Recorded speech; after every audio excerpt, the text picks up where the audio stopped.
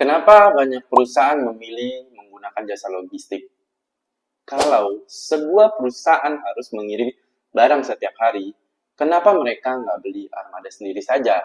Bukannya lebih praktis? Atau akan lebih hemat? Sekilas memang terdengar masuk akal.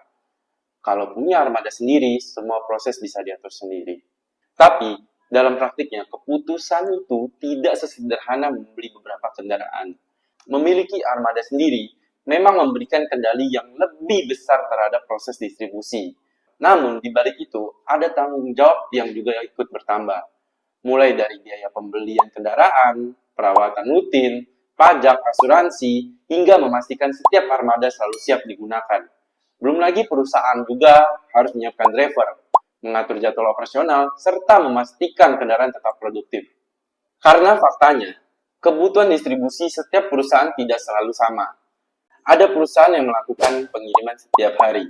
Ada juga yang hanya mengirim pada waktu-waktu tertentu.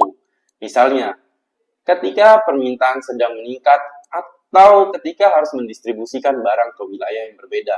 Kalau kondisi seperti ini terjadi, memiliki armada sendiri belum tentu menjadi pilihan yang paling efisien. Karena bisa saja pada periode tertentu armada yang digunakan penuh, tetapi di periode lain justru banyak kendaraan yang tidak beroperasi. Sementara biaya perawatan dan operasional tetap harus dikeluarkan. Inilah salah satu alasan mengapa perusahaan memilih bekerja sama dengan penyedia jasa logistik. Dengan menggunakan layanan logistik, perusahaan itu bisa menyesuaikan kebutuhan distribusinya tanpa harus mengelola seluruh operasional armada sendiri. Mereka dapat lebih fokus pada bisnis utamanya, sementara proses distribusi ditangani oleh tim yang memang memiliki pengalaman di bidang logistik. Pada akhirnya, keputusan menggunakan armada sendiri atau bekerja sama dengan penyedia jasa logistik bergantung pada kebutuhan masing-masing perusahaan.